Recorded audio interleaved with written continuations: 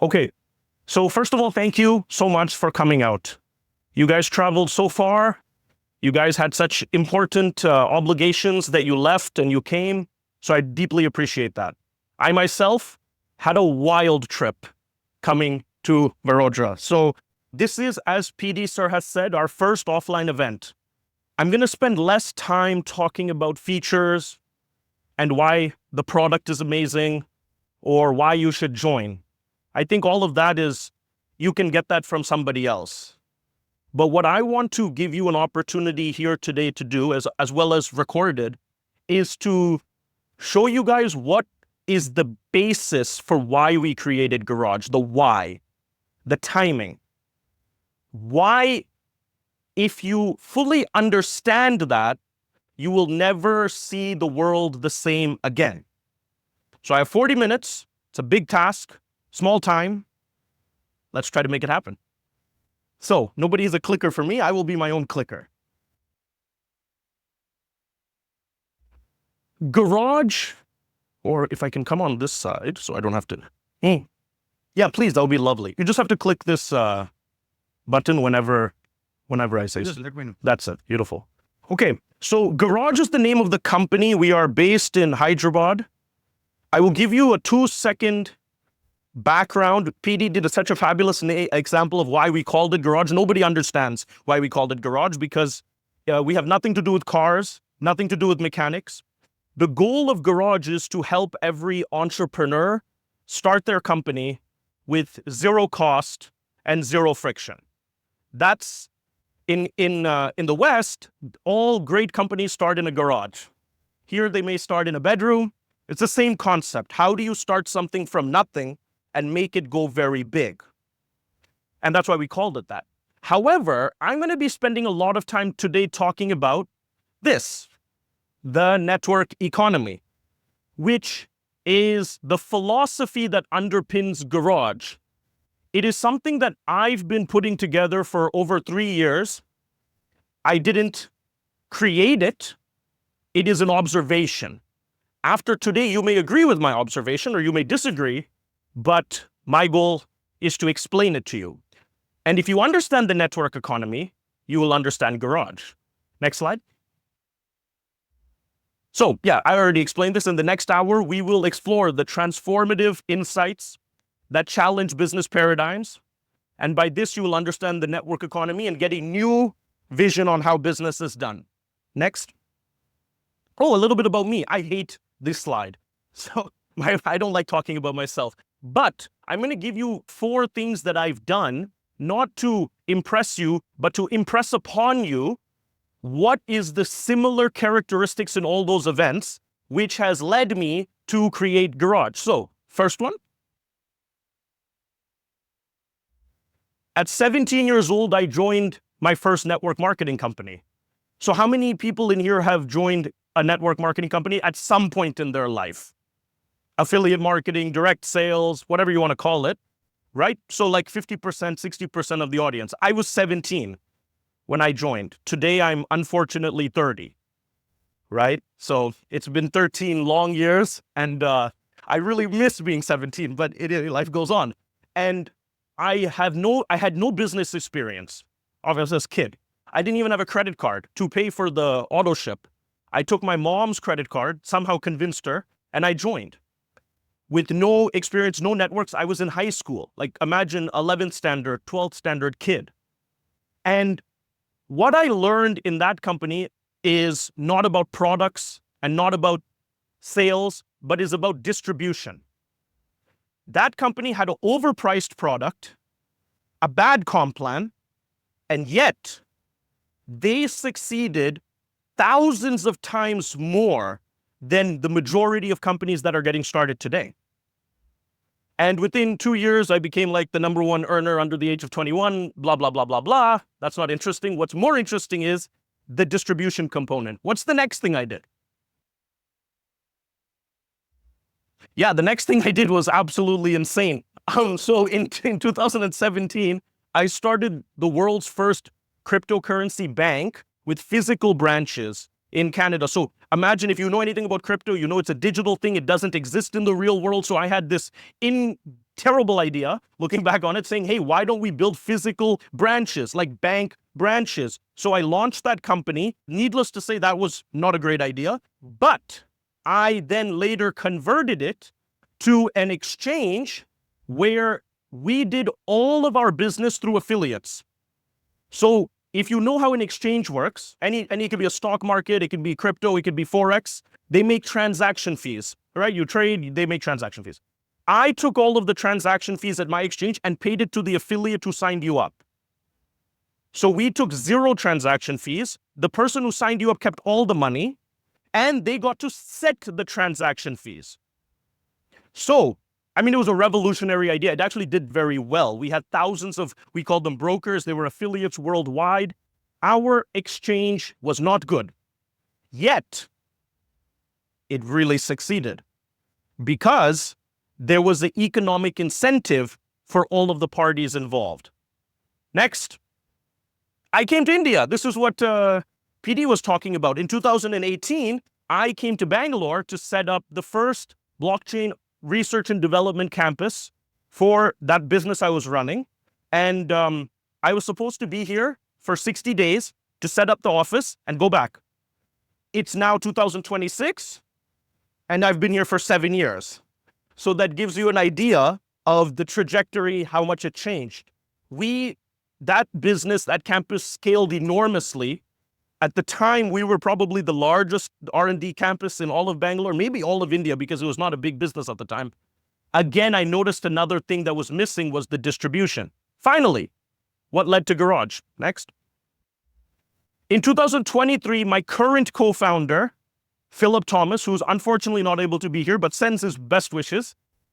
He's from Hyderabad, originally from Kerala, but born and raised in Hyderabad. Me and him started Supernova Ventures. This is the business that birthed Garage. We basically said, how could we take all of our capacity capital and help founders go from 0 to launch? We invested in over 80 companies, 80 startups. Some of them turned out to be really successful. For example, we incubated Maker's Hive, which built India's first prosthetic hand. So you can see it in hospitals and military installments.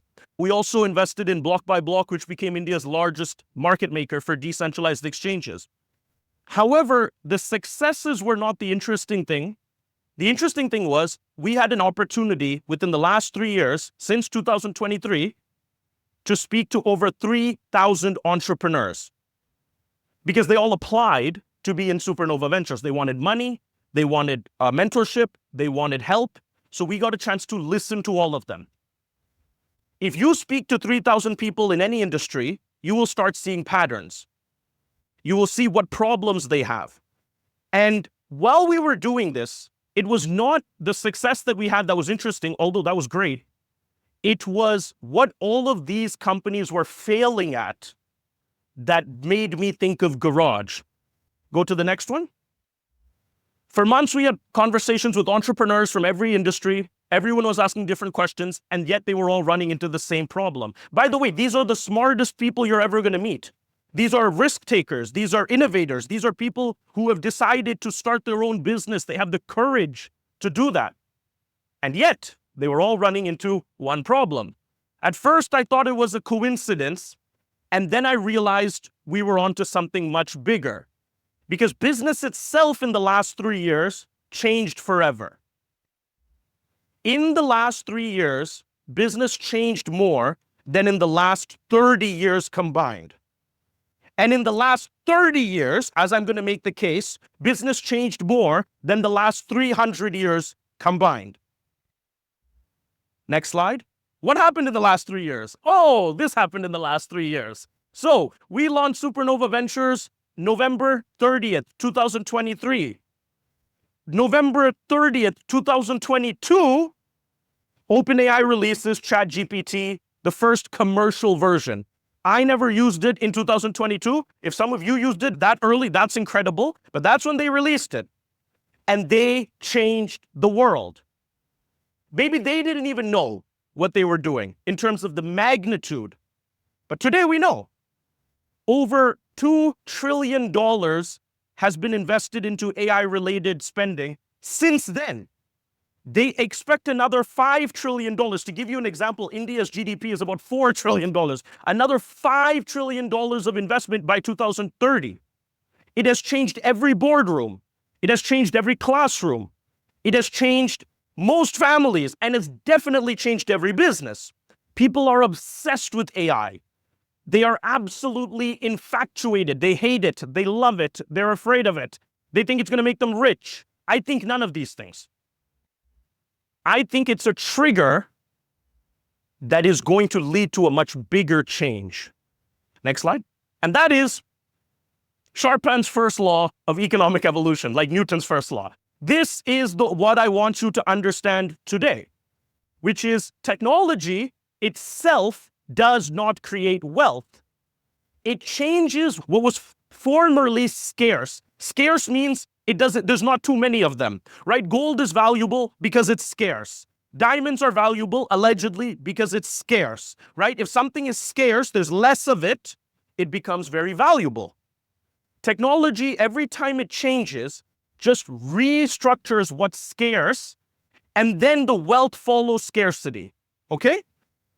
I'm going to take you over a 500-year journey and prove this over and over and over again, and then bring you to today, and why you are sitting here, and why we built Garage, but why Garage is not a company that somebody can join. Of course it is.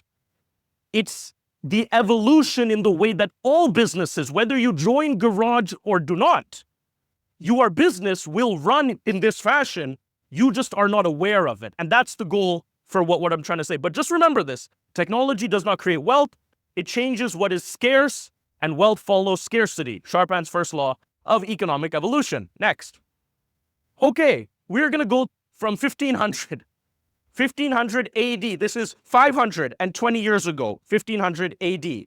The world changed for the first time. This was the world's first AI revolution. So everything you're seeing today, in the last 3 years, it happened many times before in history. The first time, it's very small here, but don't worry, you don't have to read it. I will explain it, is the switch between what we call feudalism and mercantilism. Fancy words. I will explain it simply.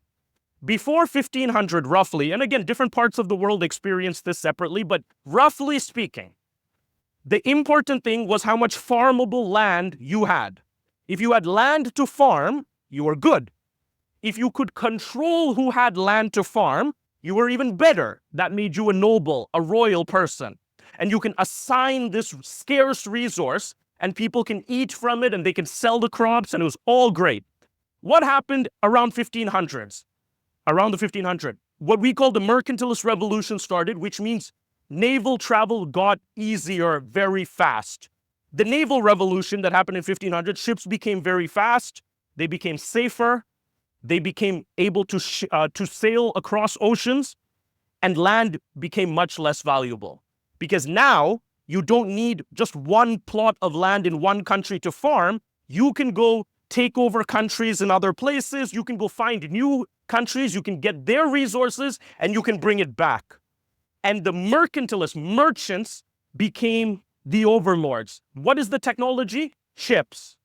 What was usually scarce? Land. Where did the value go? Trade routes. That was the first economic transition. What is the next one? Well, then that happened for about 250 years, 1500 to 1750, roughly. It changed in the different places. And we went from mercantilism to land to trade, landowners to merchants. And then we hit the Industrial Revolution. This is so interesting for the advent of AI. 1750, the whole world is searching, they're colonizing, they're looking for resources. They find this abundance, but they don't have enough humans. That's why they, went and conquered a lot of people. Even with that, they don't have enough humans.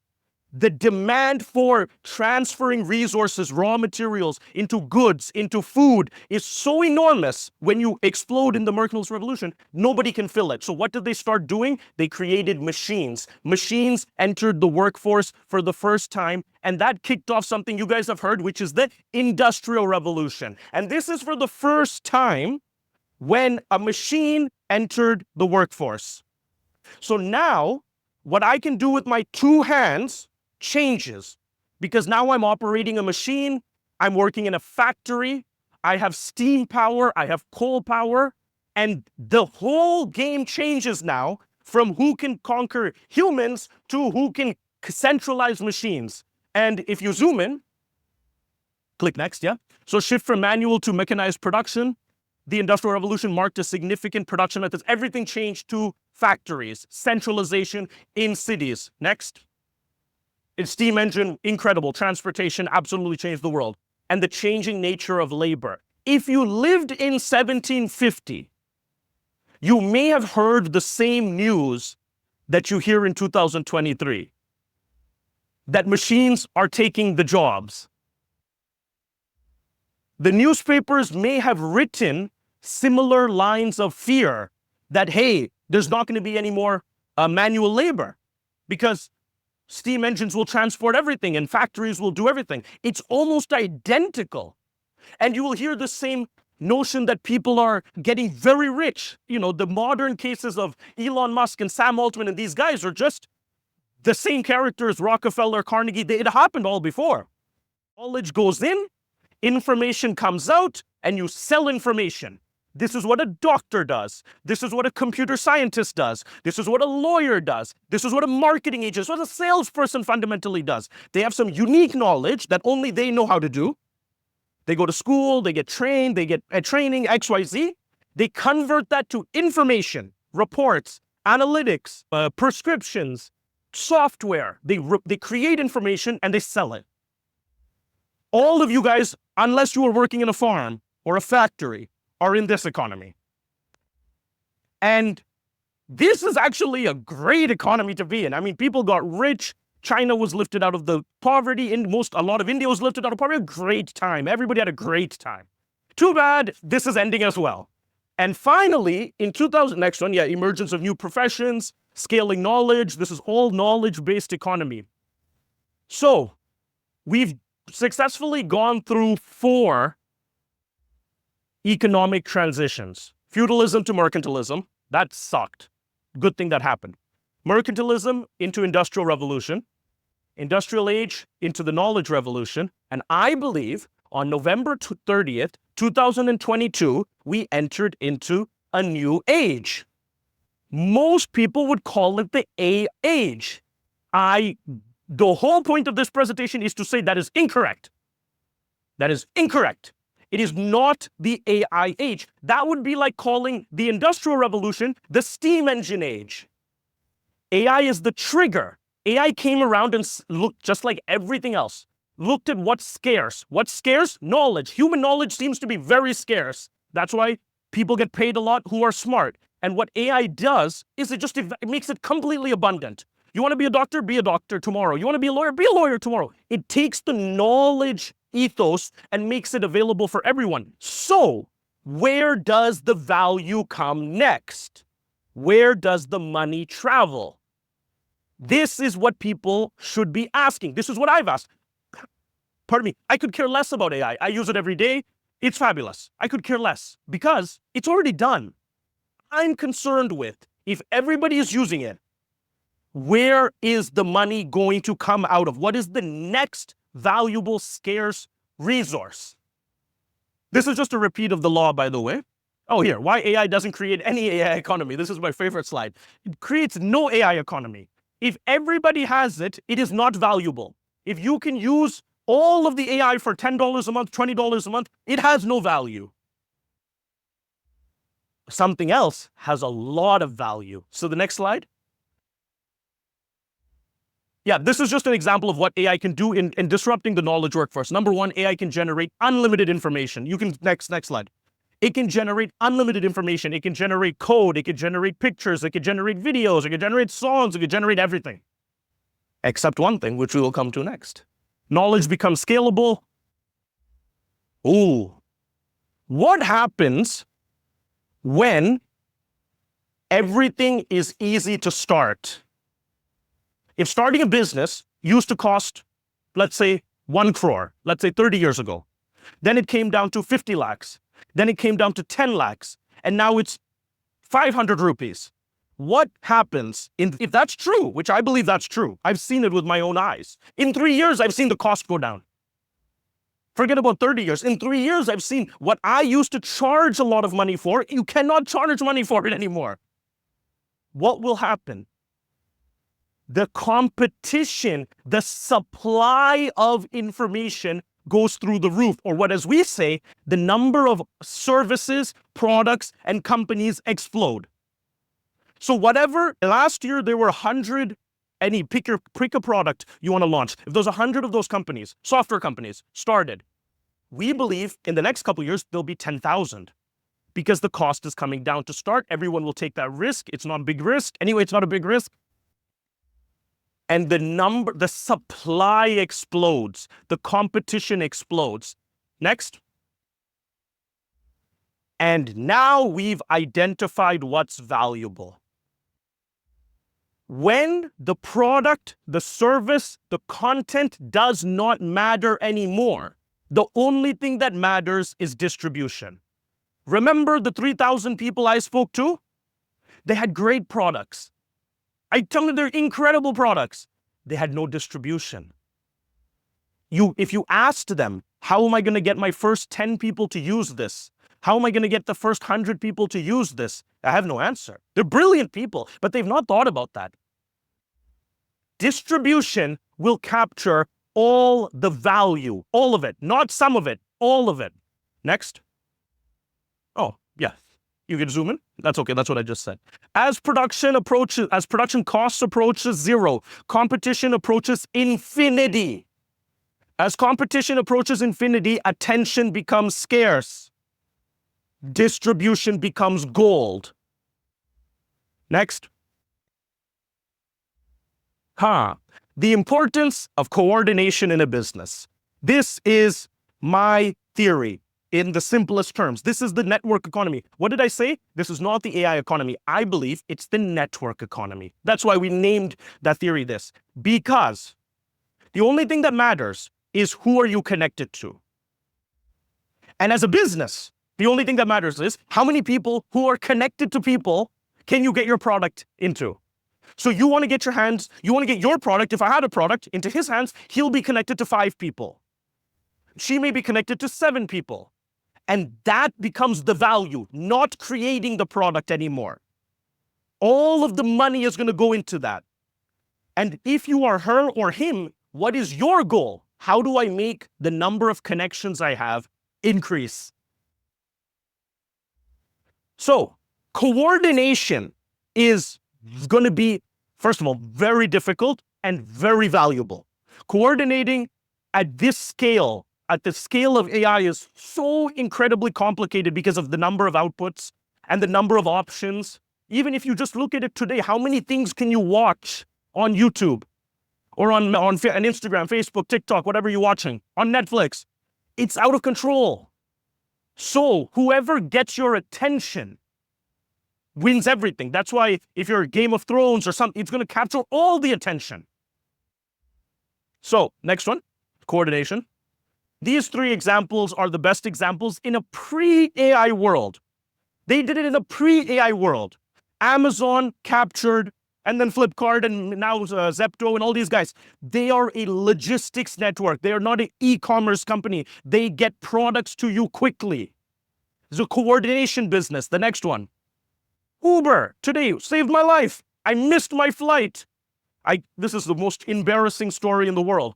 Think about this story.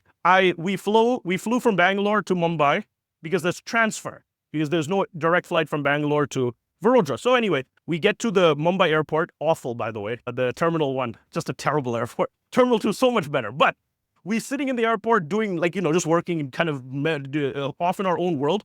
And we miss the connecting flight. This is so embarrassing. So we're like, oh my God, we're not going to be able to make it. The next flight they're saying is 6 p.m. We're not going to make the event.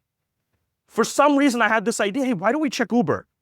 So I take out my phone and I check Uber while he's arguing with the lady, the Indigo lady, and Uber has introduced intercity travel.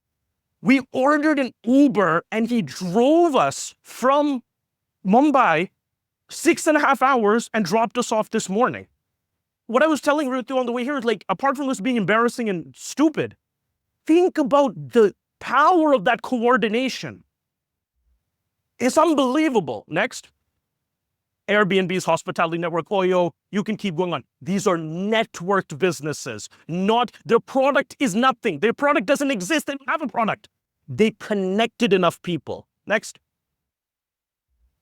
Companies in the future will value networks over products. Anthropic is a great example. All AI companies are just neural networks. You may have heard that. They're networks of data center clusters. You may have heard that. Obviously, Meta, Uber, Airbnb, Amazon, the name goes on and on and on. Today, they've already become network companies. Next. What is difficult to build in a network economy? Trust? Well, first, attention. Good thing you guys already have the attention of the people that you need to have attention of, your family, your friends, people that care about you. Number two is trust. Because if everything is fake in an AI world, there's only a few real things left who you need. The value of who can identify that for you is so important. Trust as currency. Next one. And the competitive advantage of relationships. So it is at this point I must embark on a detour of this presentation and talk about the experiment that did the network economy. I don't know, 70 years ago, they tried it. It was called Amway. They tried this whole thing. Some people in this room were in Amway. I say 70 because it's the States. I know in India they came much later. Amway came around and invented this business model of network marketing, way too early, by the way. And they just didn't have all the pieces in place. Still became a very successful company. But the timing, in my opinion, was wrong, and they had some fundamental problems, which I will explain. It's not just them. It's all network marketing. Network marketing as an industry wanted to solve the right problem. They just didn't have the right solution. So I have a tremendous respect for all of those companies. A lot of them are my friends. I still have so many friends who are running MLM companies. Fabulous idea. I'm very impartial to them. I have a deep, a sensitive part in my body. I remember 17 years old. That's the first thing I did. Their solution, they nailed it. They didn't articulate everything I just did because they didn't know all of these things, but they really did figure it out. They said, what if we can pay people to promote our products? What if we can share the value created by distribution with many people? Now they came up with many comp plans and many ideas. Every company tried something new and everybody tried to figure it out. They did have the right problem. They were saying these things, but they didn't have the right solution. But they understood the value of relationships. Next.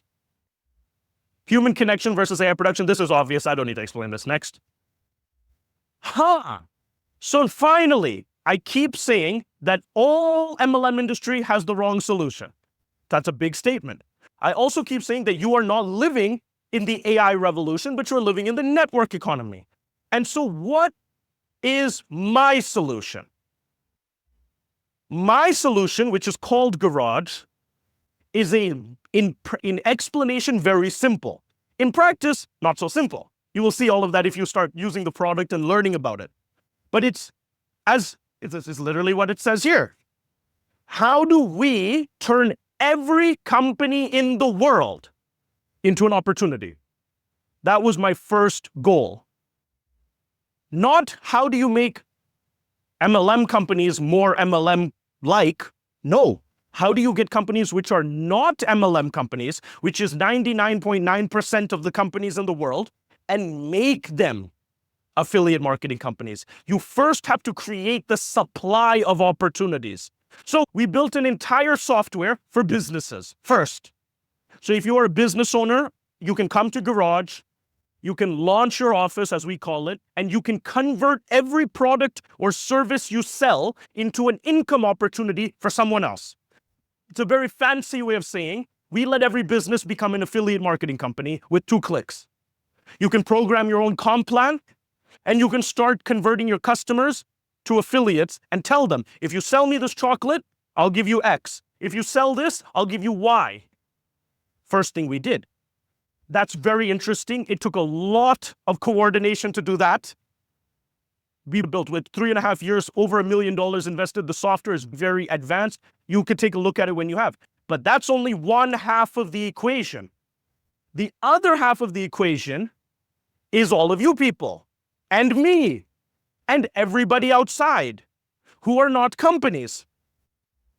The goal of Garage is we can turn every business into an opportunity, and we can turn every human into an affiliate. We can build a perfect two-sided network. Now, why is it perfect? The other two-sided networks that have succeeded, I've already named them. Uber connects drivers and riders. Airbnb connects homeowners and people who want to rent. And Meta and Facebook, they basically connect your eyeballs to advertisers. Still, to some degree, a two-sided network. What does Garage do? We connect every product in the world to everyone who wants to promote it. And in steps the uniqueness of Garage. Remember, network marketing had the right problem, wrong solution. What was the problem? We need to share, we need to incentivize people to promote products because they have the network, we don't, as the company. Right problem. 70 years too early. Maybe the technology wasn't ready. Maybe people weren't ready. What was their solution? Hey, their solution was, hey, I'm Amway or I'm ABC company. This is my product. Promote my product and only my product. And if you don't promote my product and you promote someone else's product, I won't like you very much. So they created thousands of individual opportunities. What happens when you have thousands of individual opportunities? You can, as an affiliate, you're never going to monetize that network. And what we solved, and you'll see, is we created, it's literally inside of Garage. The product is called One with the number one network. One network. It means if you come on board as a Garage affiliate, you build your network once and you get paid regardless of which product your network buys. So today we have, 105 companies or something on board. Let's say they all have 5 products. That's 500 products. They all have some commission. So if she signs up as an affiliate, she sends the link to him and her, whatever. She sends it to whoever. They come on board. And she thinks he's going to like this water bottle. So she sends him the link for the water bottle. Just like you would send for any MLM company. He says, I hate this water bottle, but I want to buy something else. In Garage, she doesn't care if he buys this water bottle or if he buys a pair of shoes or if he buys some medical service or if he buys that smart health monitor. Any product bought by your network, you will receive commissions. And every day, there are more and more companies joining Garage. So what does that mean for affiliates? There are more and more ways for them to make money off the same customers. The value of your distribution network can actually be captured in Garage for the first time because it is not limited. Garage has no products. It doesn't make anything. Our job is to go get every company in the world, and more importantly, every company which has not started. Remember what I told you? There's going to be millions of companies because of AI starting in the next 5 years. We're going to go get all of them. They need distribution. You guys need opportunity. You have a network of people who, my sister may want X, my brother may want Y, my friend may want A, B, C, D. My friend may want to start his own business. All of that you can monetize in Garage. It is the world's first income two-sided network. It is virtually free. I'll let PD handle that, the cost. It is free to join, and you can buy. If I sit down with the business, let's say she owned a business or starting a business, say, hey, basically we cost nothing. If you come on our platform, you can put a commission for all your products, and hundreds, thousands, millions of people will sell it, or want to sell it, or at least know to sell it. It's a pretty good deal for her. She has nothing to lose. Coming to you, and now you're saying, hey, you already have a network of 100 people on Garage. She's added her product. If they buy her product, you get paid. The more affiliates that come, the more business owners come. The more business owners come, the more ways affiliates have to earn money. The more ways that affiliates have to earn more money, the more they sell, which means more business owners come. And this becomes a viral, vicious, two-sided network. And I believe, not because I created Garage, but because Somebody needed to create Garage. It is the solution for the AI world. It is the prioritizer of the only thing that AI cannot replace, which is your connection, your influence on the people that will listen to you. And so that, in a brief nutshell, is Garage and the network economy. I don't know how long I took, but I think I was right about on time. I will now call PD for 1 second. If there's any Q&A, you want me to do it now or? G. Okay, so again, thank you so much for listening. You've been a fabulous audience. I will come back to do Q&A, and I have a prize and some raffles and some giveaways and stuff like that. So please hold your questions. I'd love to answer it. Thank you so much for your time. Thank you. No problem. Please, thank you.